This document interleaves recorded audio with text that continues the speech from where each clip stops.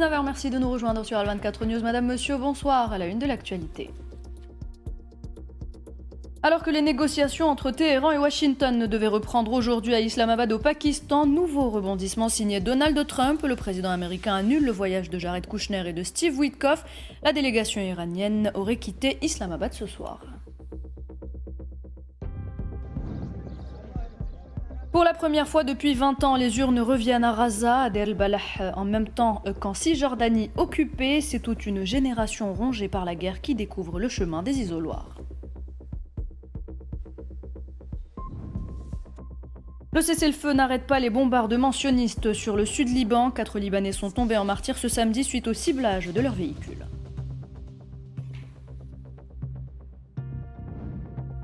Le Maroc commet des crimes de guerre pour imposer une souveraineté présumée sur le Sahara occidental. Nous écouterons dans cette édition les propos du rapporteur de l'ONU, Ben Saul, qui qualifie l'annexion de manifestement illégale. Et puis nous parlerons cinéma en fin de journal avec la 6e édition du Festival de Annaba du film méditerranéen. Plus de 55 films produits dans 20 pays y participent.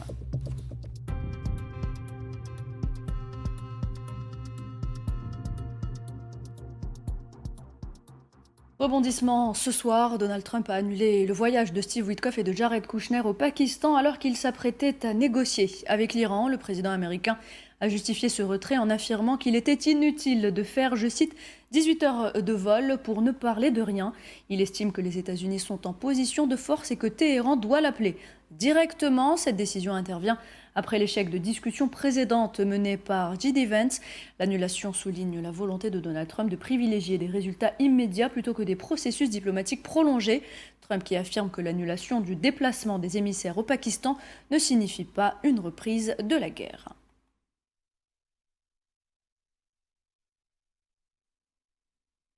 Le ministre iranien des Affaires étrangères, Abbas Araghchi, a exposé ce samedi les exigences de l'Iran et ses réserves quant aux positions américaines, alors que le Pakistan a lancé une nouvelle offensive pour mettre fin à une guerre qui a fait des milliers de morts et ébranlé les marchés mondiaux de l'énergie. Après s'être entretenu avec le Premier ministre Shehbaz Sharif et d'autres hauts responsables, Araghchi et sa délégation ont préféré quitter Islamabad, capitale du Pakistan, sous escorte aérienne militaire, selon des sources gouvernementales. Peu de détails ont filtré concernant ces discussions.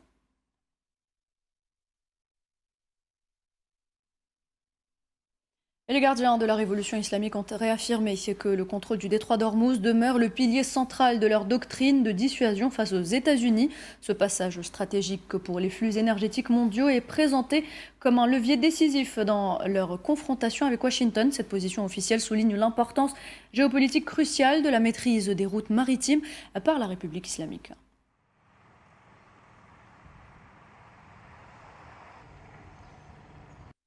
Dans un contexte de tensions extrêmes, le président iranien Massoud Pezeshkian a appelé le peuple à une gestion rigoureuse des ressources car l'Iran fait face à des pénuries critiques d'énergie et de carburant exacerbées par un blocus naval suite à des frappes américano-sionistes ayant ciblé les infrastructures énergétiques du pays fin février et en mars.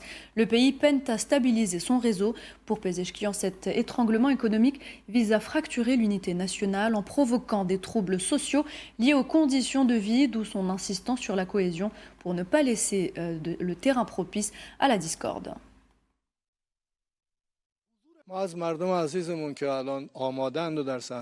Nous avons adressé une demande simple à notre cher peuple qui est désormais prêt et présent sur le terrain. Cette demande consiste à réduire leur propre consommation d'électricité et d'énergie. Nous n'avons pas besoin pour l'instant que les gens se sacrifient, mais nous avons besoin de maîtriser la consommation. Au lieu d'allumer 10 lampes, on devrait allumer 2 dans la maison. Qu'y a-t-il de mal à cela? Ils ont attaqué nos infrastructures. Ils nous imposent un blocus pour semer le mécontentement et transformer la satisfaction actuelle en insatisfaction. Comment résister dans les zones où ils pensent pouvoir semer la discorde? Il ne faut surtout pas laisser le terrain propice à son enracinement. Et à noter que l'aéroport Imam Khomeini à Téhéran a repris ses opérations ce samedi suite à l'extension d'un cessez-le-feu de 2 semaines. La guerre de 9 semaines a été marquée par la fermeture prolongée de l'espace aérien régional et des perturbations critiques dans le détroit d'Ormuz, ce qui a déstabilisé les marchés. L'envolée record des prix de l'énergie et l'inflation qui en découle assombrissent désormais durablement les perspectives de croissance économique mondiale.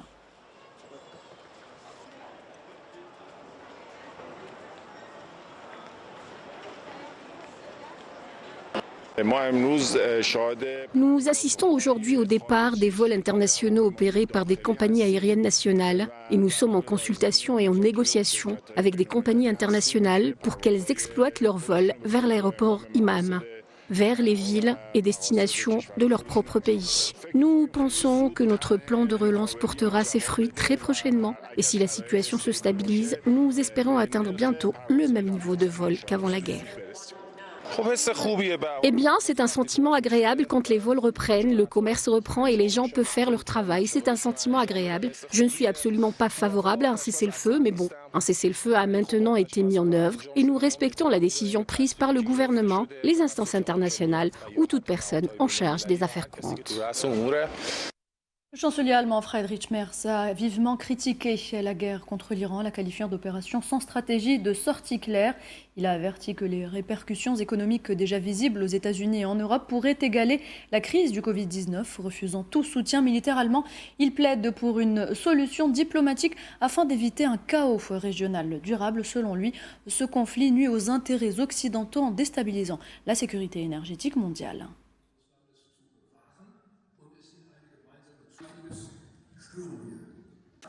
Ich bin in der letzten Nacht spät aus Zypern zurückgekommen. Je suis rentrée hier soir de Chypre. Pourquoi? Parce que nous avons passé 2 jours en réunion avec les 27 chefs d'État et de gouvernement de l'Union européenne pour discuter de la manière de relever les défis majeurs qui nous attendent en Iran avec les conflits iraniens, cette guerre totalement inutile et bien d'autres défis auxquels nous sommes confrontés. Nous ne pouvons les résoudre qu'ensemble avec l'Europe et si l'Europe échoue, l'Allemagne échoue aussi. Europa scheitert, scheitert auch Deutschland, meine Damen und Herren.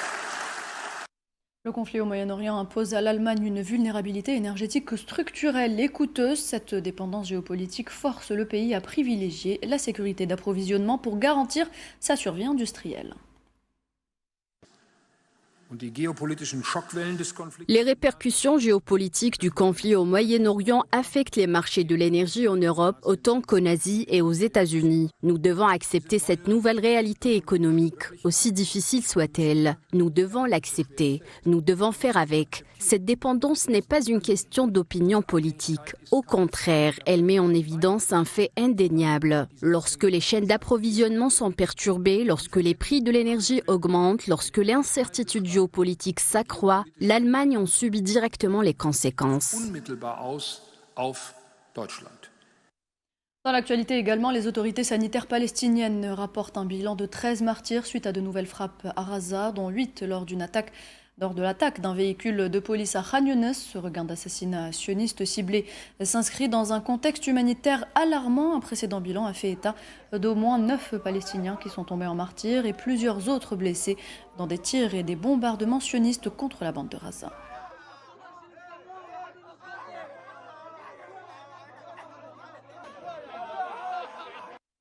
Le territoire de Raza est à nouveau le théâtre de scènes de deuil collectif à la suite d'une série de frappes sionistes ayant touché plusieurs zones résidentielles. Ce samedi, des familles se sont rassemblées notamment aux abords de l'hôpital Shifa pour rendre un dernier hommage aux victimes, parmi lesquelles figurent une mère et ses enfants.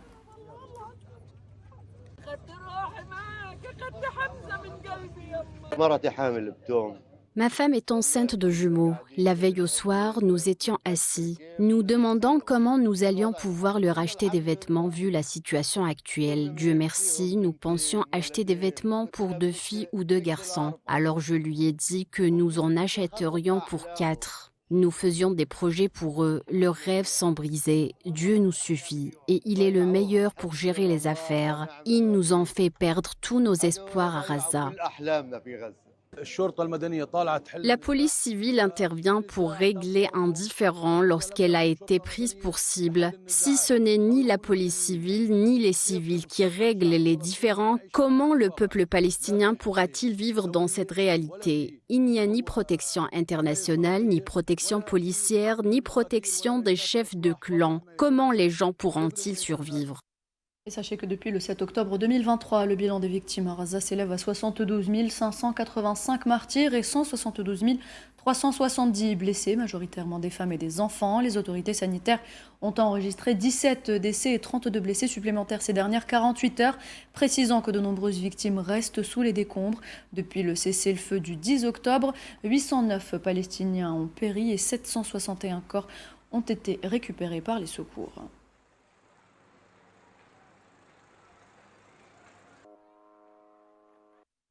Les habitants de l'enclave palestinienne continuent de subir les affres du génocide sioniste malgré un prétendu cessez-le-feu instauré depuis 6 mois maintenant. Rien ne change, la crise humanitaire ne fait que s'aggraver et les attaques meurtrières se poursuivent, faisant craindre une nouvelle intensification de l'agression massive et une reprise frontale du génocide. Les détails sous Ila Kilal.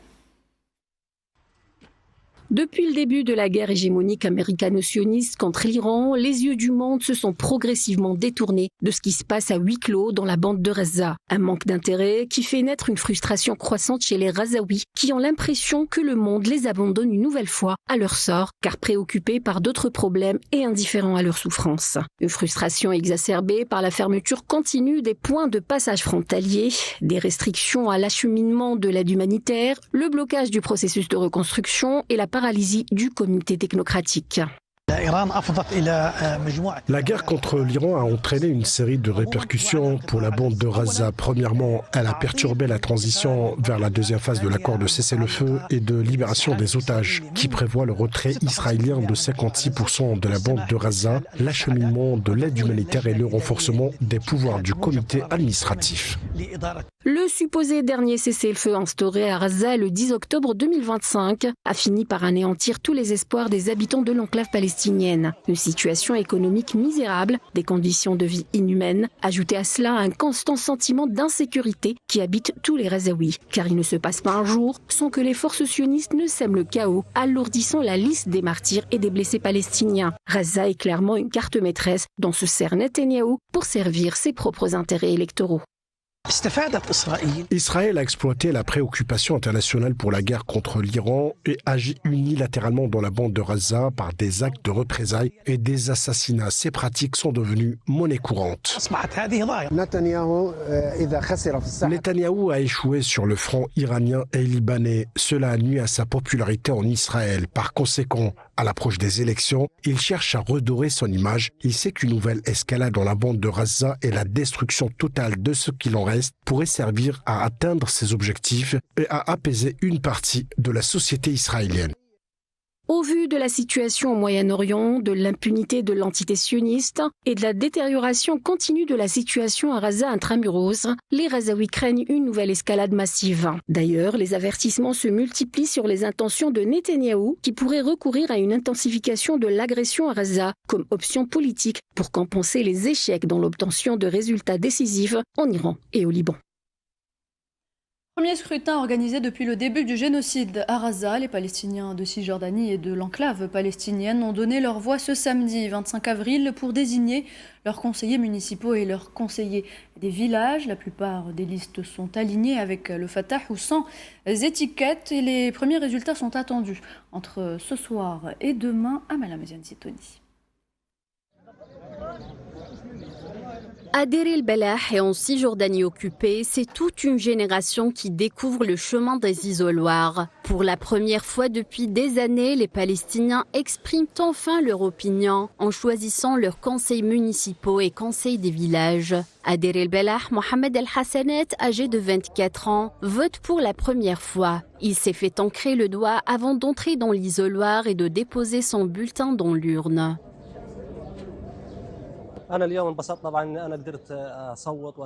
J'étais heureux aujourd'hui d'avoir pu voter. Tout le monde a pu voter et nous allons reconstruire Gaza à partir de zéro. Toujours à Deir el-Balah, ville moins touchée par le génocide sioniste que les autres villes de Gaza, les Gazaouis qui peinent encore à satisfaire leurs besoins fondamentaux dans l'enclave dévastée sont fiers de ces élections. Honnêtement, en tant que Palestinien et fils de la bande de Gaza, je suis fier qu'après cette guerre, le processus démocratique revienne. Je suis ravi et je prie pour que chacun participe et contribue au succès de cette grande célébration démocratique. Les bureaux de vote ont ouvert à 7 h ce samedi dans l'ensemble de la Cisjordanie occupée, notamment à El Berah, près de Ramallah, où Idriss Maraka a été au rendez-vous. Je souhaite que cette célébration démocratique soit plus inclusive et qu'elle inclue le Conseil législatif, la présidence, et nous n'y voyons aucun inconvénient, même à ce qu'un sondage soit organisé par l'Organisation de Libération. Cela ne devrait pas poser de problème. Des élections locales qui, selon les diplomates occidentaux, pourraient ouvrir la voie aux premières élections nationales depuis près de 20 ans et contribuer à faire progresser les réformes visant à accroître la transparence et la responsabilité, réformes que l'autorité palestinienne affirme être déjà bien engagée. Au Liban, malgré une prolongation du cessez-le-feu de 3 semaines, des frappes sionistes ont causé le martyre de 4 Libanais dans la région de Nabatillé. Ces attaques ont visé un camion et une moto, s'ajoutant aux 6 victimes déjà enregistrées la veille. Depuis le 2 mars, l'agression a causé plus de 2400 martyrs et déplacé 1 million de personnes. Cette escalade aggrave une crise humanitaire déjà critique pour des milliers de civils.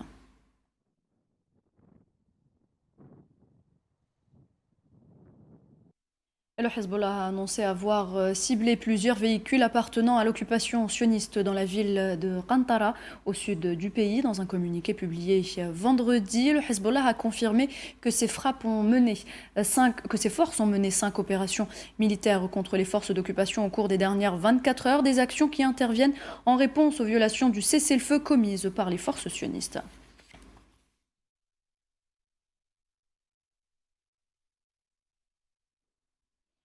Dans notre dossier ce soir, zoom sur le Sahara occidental occupé. Lors d'un séminaire à l'université de Sydney, Ben Saul, rapporteur spécial de l'ONU, a contesté la légitimité de la souveraineté marocaine sur le Sahara occidental. Il a qualifié l'annexion de manifestement illégale et assimilé la présence marocaine à une colonisation constitutive de crimes de guerre. Le rapporteur de l'ONU a accusé l'occupation marocaine de violer le droit international par une politique de colonisation et l'annexion forcée du territoire du Sahara occidental. Il a également souligné que l'exploitation des ressources naturelles sans le consentement du peuple sahraoui constituait une infraction du droit international.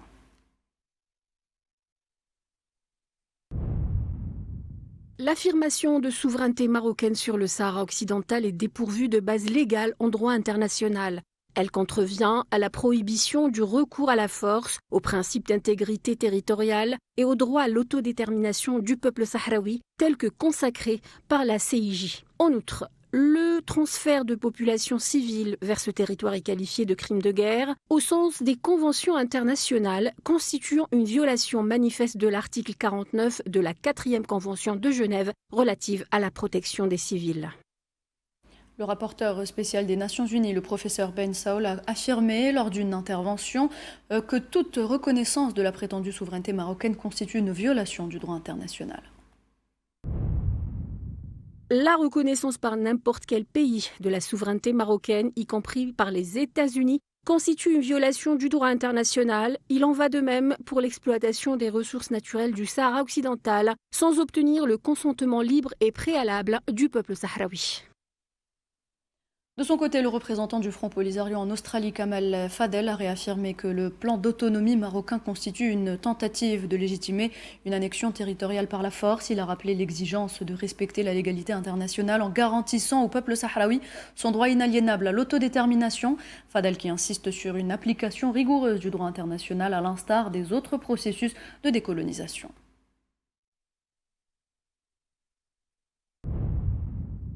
L'autonomie sous l'occupation ne constitue pas une autodétermination, il s'agit plutôt d'une officialisation de l'annexion par la force. Le peuple sahraoui ne réclame aucun traitement de faveur, mais il exige l'application stricte du droit international, ce même droit qui a été accordé au peuple du Timor oriental et de Namibie. En Libye, le chef du gouvernement d'unité nationale, Abdelhamid Dbaïba, a réitéré l'attachement de son gouvernement aux principes fondamentaux de la nation, ainsi que son soutien à toutes les initiatives visant à consolider l'état civil. Le bureau de presse du gouvernement a rapporté ce samedi qu'au cours d'une rencontre avec des universitaires, Dbaïba a insisté sur l'importance de faire progresser le processus politique vers la stabilité. Cela passe selon lui par le renforcement des institutions étatiques sur des bases juridiques et constitutionnelles solides, garantissant la tenue d'élections transparentes afin de mettre un terme définitif aux périodes de transition.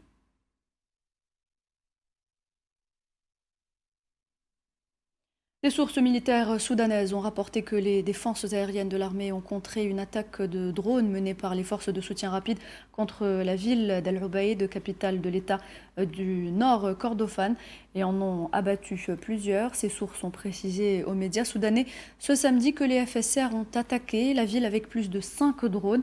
Elles ont indiqué que les défenses aériennes de la 5e division ont abattu au moins 4 appareils dans le ciel de la ville, empêchant l'attaque d'atteindre ses objectifs.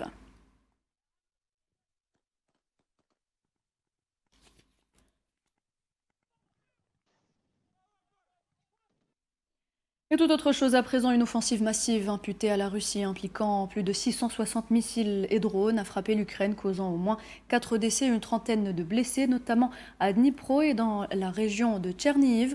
Malgré l'interception de 580 drones et 30 missiles par la défense antiaérienne, les infrastructures urbaines ont subi des dommages considérables. Face à cette escalade, le président Volodymyr Zelensky a exhorté ses partenaires internationaux à renforcer d'urgence la protection du ciel ukrainien.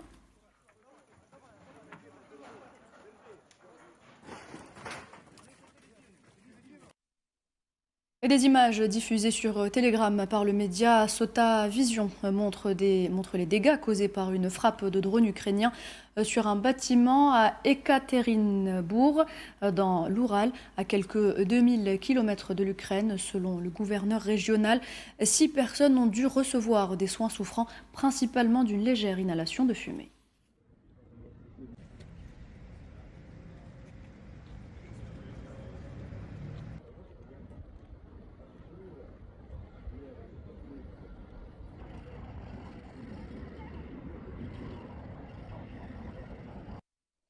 Et lors de son déplacement à Bakou, Volodymyr Zelensky a ouvert la voie à un sommet de paix en Azerbaïdjan sous réserve d'un accord mutuel avec Moscou. À travers ce geste diplomatique, Zelensky tente de convaincre qu'il affiche la volonté de Kiev de trouver un terrain neutre, excluant d'office la Russie et la Biélorussie, alors que les cycles de négociations se sont déjà tenus depuis en début 2026. Cette proposition marque une nouvelle étape dans la recherche d'une issue à la guerre russo-ukrainienne.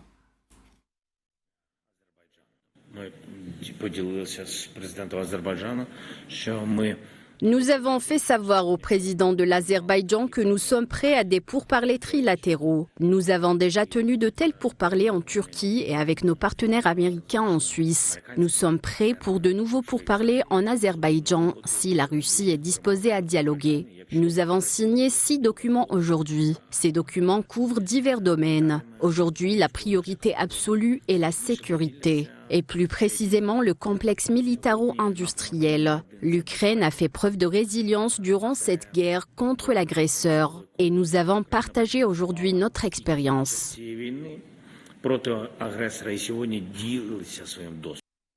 Et direction Annaba où s'est ouverte hier vendredi la 6e édition du Festival du film méditerranéen en présence de figures prestigieuses, dont notamment Bahia Rachdi. Entre célébration du patrimoine et hommage à l'histoire nationale, l'événement propose jusqu'au 30 avril une programmation riche en projections et débats. Cette semaine culturelle confirme le rôle central du festival comme carrefour d'échanges artistiques en Méditerranée. Felaï Laïli était sur place.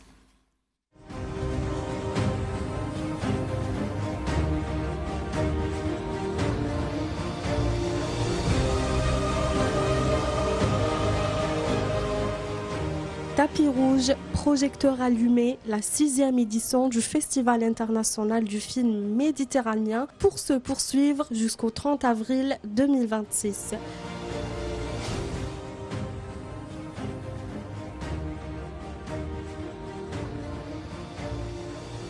Public nombreux, ambiance festive et présence de cinéastes venus de plusieurs pays.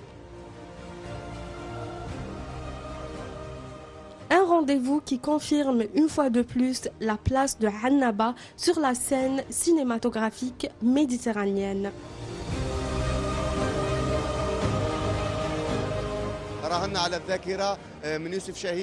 Nous misons sur la mémoire de Youssef Chahine à Pupi Avati, ainsi que sur la présence de l'Égypte en tant qu'invité d'honneur.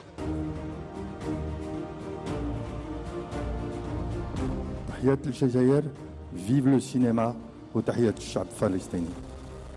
Sur le tapis rouge, les grandes figures du cinéma répondent présentes.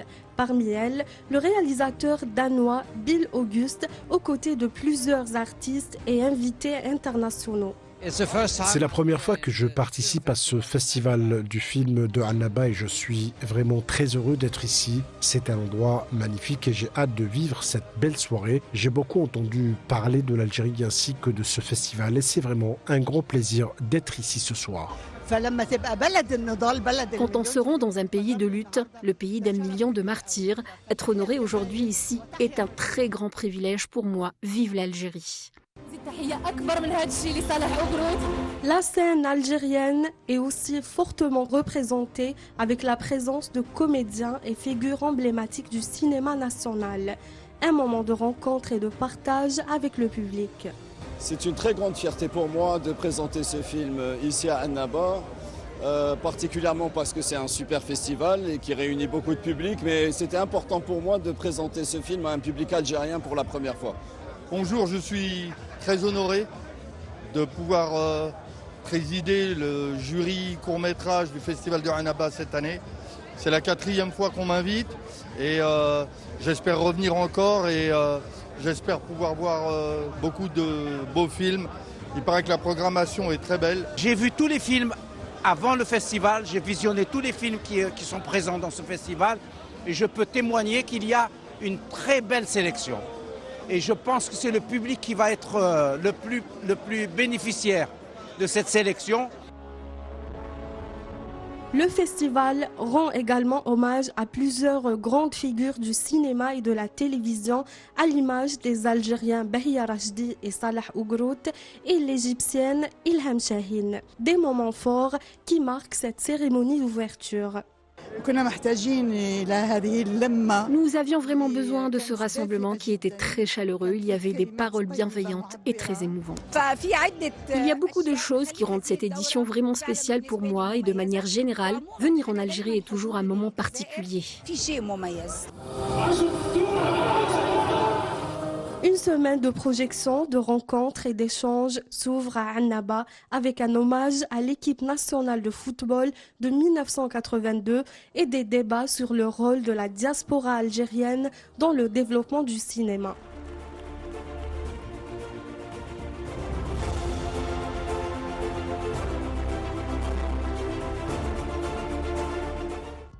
Et voilà, c'est la fin de cette édition. Merci de l'avoir suivi. Très bonne soirée.